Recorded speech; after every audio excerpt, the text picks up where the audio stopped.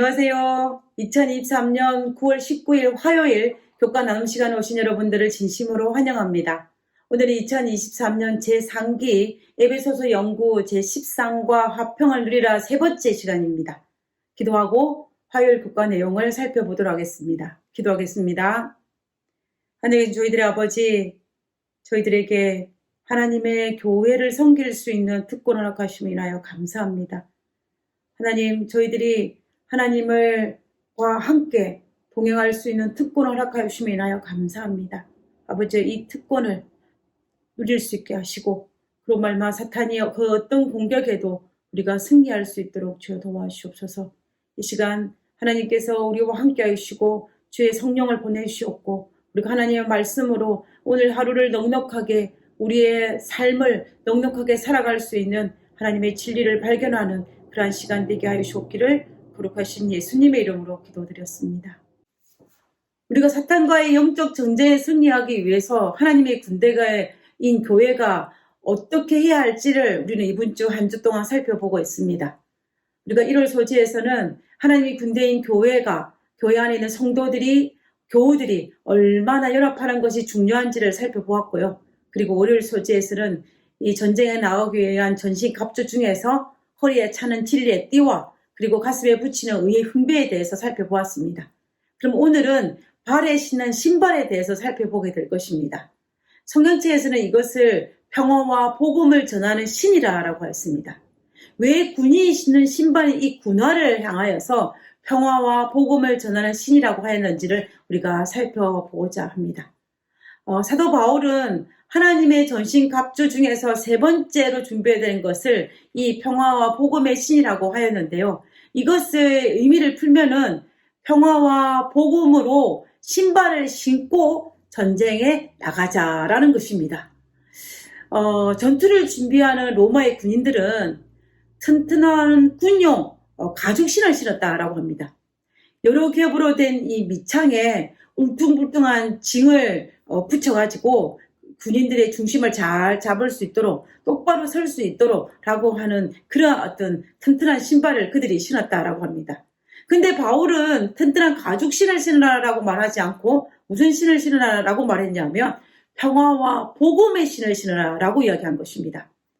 평화와 복음으로 신발을 신으라는 그 말의 의미가 무엇인지를 우리가 이해해야 할 것입니다. 이 구절의 배경이 되는 것은 이사야 52장입니다. 이사야 52장 7절에 좋은 소식을 가져오며 평화를 공포하며 복된 좋은 소식을 가져오며 구원을 공포하며 시온을 향하여 이르기를 내 하나님이 통치하신다 하는 자의 산을 넘는 발이 어찌 그리 아름다운고. 이 구절의 배경은 남방 유다의 선지자였던 이사야 선지자가 여호와께서 하나님의 백성을 대신하여서 이겼고 이제 평화롭다는 소식을 전하는 그 발이 아름답다라고 설명하기 위해서 이 본문을 기록한 것입니다. 평화를 공포하며 복된 소식을 전하는 자의 산을 넘는 이 발이 어떻게 아름답지 않다라고 말할 수 있겠느냐라는 것입니다. 이스라엘을 압제했던 나라들로부터 구원의 때가 가까웠다는 그 기쁜 소식을 전하는 이 전령자의 발이 아름답다라고 이야기하는 것입니다. 또한 이 기별은 우리의 모든 죄악으로부터 우리를 구원하기 위해서 오시는 예수님, 메시아이신 예수님의 소식을 전하는 그것 또한 포함이 되어 있는 것입니다. 이 기별이야말로 복된 기별이 아닐 수가 없는 것입니다. 바울은 이사야서에 있는 이 말씀을 복음서인 에베소서 6장에 기록하기 전에 먼저 10장에 먼저 기록하였습니다. 로마서 10장 15절에 보면 보내심을 받지 아니하였으면 어찌 전파리요 기록된 아름답도다 좋은 소식을 전하는 자들의 발이여 함과 같으니라. 바울은 자신이 하나님께 보냄을 받은 사도로서 우리를 구원하러 오신 예수님에 대한 그 기별, 평안과 복음의 기쁜 소식을 온 세상에 전파하는 그 발이 참으로 아름답다라고 이야기하는 것입니다. 그 동일한 사상을 에베소 6장 15절에서 영적 전쟁을 치르는 하나님의 군대인 교회도 그 평화와 복음의 신을 신으라라고 이야기하고 있습니다. 바울이 하나님의 군대인 교회가 영적 전쟁을 치르기 위해서 신은 군화는 평화와 복음의 신이라고 하는 말한 그 이유는 뭐냐면 보통 전쟁에 나가는 군인들이 신은 군화의 목적이 무엇입니까? 그는 적군을 짓밟고 무너뜨리고 파괴하기 위해서입니다. 그러나 하나님의 군대인 교회가 신은 이 신발은 다른 사람을 파괴하고 무너뜨리기 위한 것이 아니라 하나님께서 승리하셨다라는 이 복음과 이 평화와 이것을 전달하기 위한 전달자로서의 신어야 될 신발이기 때문에 평화와 복음의 신이라고 이야기한 것입니다. 그러기 위해서 교회의 역할이 무엇입니까?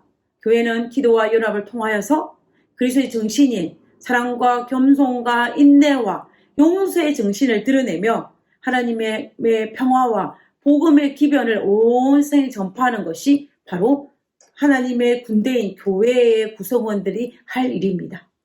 그렇게 되면은 하나님의 군대인 교회는 사탄의 수많은 방해 공작이 있음에도 불구하고 영적 대쟁투가 벌어지고 있음에도 불구하고 교회의 사명을 충분히 감당할 수 있을 것입니다. 에콰도르에 있는 어느 지역에 너무너무 싸납고 무섭고 거칠은 한 부족이 살고 있었습니다. 그들은 외부에 침입자가 있으면 달려들어서 잡아먹어버리기 때문에 그 어느 누구도 감히 이 마을에 들어가려고 하는 사람이 없었습니다. 그들은 아주 무서운 식인종이었습니다. 그러나 그들을 무서워하기보다는 그들을 불쌍히 여기고 그들을 위해서 기도한 7명의 사람이 있었습니다. 그들은 공부를 아주 많이 했고요. 사회적으로 존경도 받고 명예와 지위도 있는 박사들이었습니다. 이 박사들은 이 예수님의 이 놀라운 사랑을 그들에게 전하기 위해서 기도하면서 열심히 선교사 훈련을 받았습니다. 그리고 그 모든 훈련을 마치고 난 다음에 그들은 그 가족들을 남겨둔 채로 경비행기를 타고 이제 그 마을에 가고자 했습니다. 왜냐하면 먼저 가가지고 기틀을 잡은 후에 가족들을 데려가기 위해서였습니다. 말도 통하지 않고 생활 습성과 다른 그들에게 정말 하나님의 복음을 전하기 위해서 그들은 모든 것을 다 버리고 그 마을에 들어간 것입니다. 그들은 마침내 경비행기를 타고 그 부족이 살고 있는 그 지역까지 날아 올라가서 낙하선을 타고 그 마을에 떨어졌습니다. 그러나 이 7명의 박사들이 발걸음에 땅에 닿자마자 그 싸나운 식인종들은 와락 달려들어서 그들을 모두 먹어버렸습니다. 이 소식이 선교본부에 전해졌고 이 선교본부에서는 이 소식을 듣고 큰 실망과 슬픔에 빠졌습니다. 사회적인 지위와 명예를 다 버려두고 예수님의 사랑을 전하기 위해서 그 마을에 갔는데 예수님의 옛자도 전하지 못하고 다 식인종의 뱃속에 들어갔으니 얼마나 그들의 마음속에 실망과 아픔이 컸겠습니까? 더군다나 그들의 부인들의 아픔은 이루 말할 수 없었을 것입니다. 그러나 어느 날 남편을 잃고 선교사님들의 아내 7명이 그 선교본부를 찾아왔습니다. 그리고는 이렇게 말했습니다. 저희를 우리 남편을 먹어버린 그 부족에게 보내주십시오. 우리 남편이 이루지 못한 것을 우리가 가서 이루겠습니다. 우리 남편들의 뼈가 묻힌 그곳에 우리의 뼈도 묻겠습니다. 처음에 선교본부에서는 이것을 거절했습니다.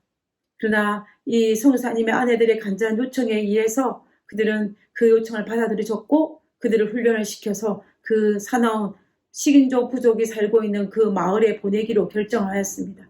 이 7명의 사모님들은 3년간 피눈물 나는 이 훈련을 받았고 그리고 마침내 비행기를 타고 그 마을에 갔습니다.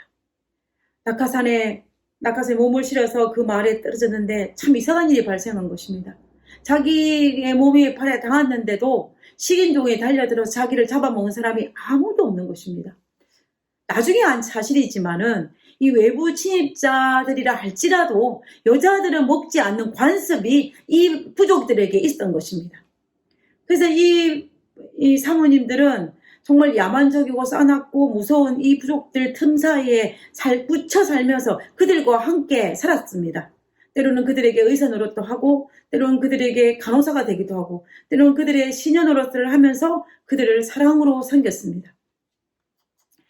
그들의 문화와 언어를 배우었습니다. 그렇게 하기를 4년이 지난 이후에 어느 그 부족의 잔치날이 있었습니다. 추장은 그들이 너무 고마워서 그 잔치에 그 선교사들을 초청을 했습니다.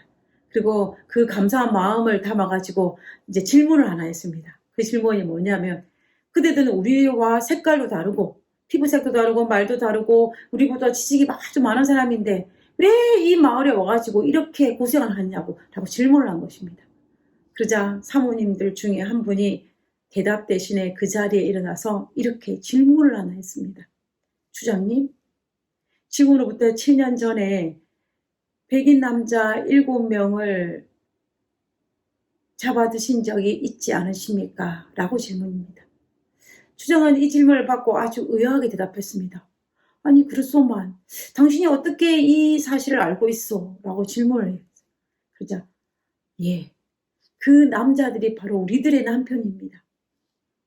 주 예수님께서 하나님이셨지만 죄에 빠진 우리를 구원하기 위해서 이 땅에 오신 것처럼 우리의 남편들도 명예와 지위를 다 버리고 당신들에게 하나님의 이 복된 기별을 전하기 위해서 이 마을에 왔던 것입니다. 그러나 당신은 그것들을 모르고 그 사실을 깜쪽같이 모르고 그들을 다 먹어버렸던 것입니다. 그래서 우리가 예수님의 그 놀라운 사실을, 그 놀라운 은혜를 전하기 위해서 이곳에 온 것입니다. 라고 이야기했습니다. 사모님의 이 감동스러운 이야기를 들은 주장은 어떻게 됐습니까? 너무 놀랍고 당황하였습니다. 그래서 자신들의 원수인 우리를 이처럼 사랑하다니 라고 말하면서 주장은 벌떡 일어나서 그 마을 주민들에게 이렇게 선포했습니다. 이제부터 우리 전 부족은 우리의 신을 버리고 이 여자들이 전하는 예수님의 신을 믿겠다라고 이야기한 것입니다. 그 선교사들의 피와 사모님의 눈물과 고생과 죽음으로 얼룩진 이 발걸음이 이 부족에 닿자 그들은 흉한 정말 싸납고 무시무시한 식인종에서 하나님께 영광을 돌리고 영광에 참여하는 하나님의 백성으로 변화된 것입니다. 하나님의 평화와 복음을 전하는 전도자의 발만큼 아름다운 발이 어디에 있겠습니까? 영감의 교훈을 한번 읽어보도록 하겠습니다. 평화 안에 복음의 신발을 신고 진리를 전하라. 형제자매들이여 그대들은 그리스도인의 전신 갑주를 입을 것인가? 평화 안에 복음에 예비한 것으로 신을 때 그대들은 백성들에게 전할 진리를 가지고 집집마다 방문할 수 있는 준비가 될 것이다. 때때로 그대들은 이런 종류의 사업이 힘들다는 것을 깨닫게 될 것이다. 그러나 만일 그대들이 믿음으로 전진한다면 주님께서 그대들 앞서 가실 것이며 그대들이 행하는 길에 당신의 빛을 비춰주실 것이다.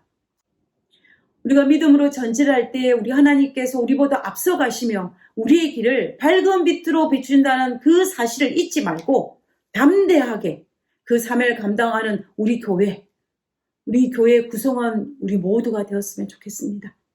우리 모두 하나님의 평화의 복음을 전하는 그 복음의 신을 신은 그 사람으로 오늘 하루도 살아가는 우리 모두가 되기를 간절히 바라면서 오늘 교과를 마치도록 하겠습니다. 기도하겠습니다. 평화의 사람으로 부르시고 이루어주실 평화를 바라보는 믿음의 주시니 감사합니다. 부족한 저희는 가정과 교회에서 화평하지 못할 때가 있습니다.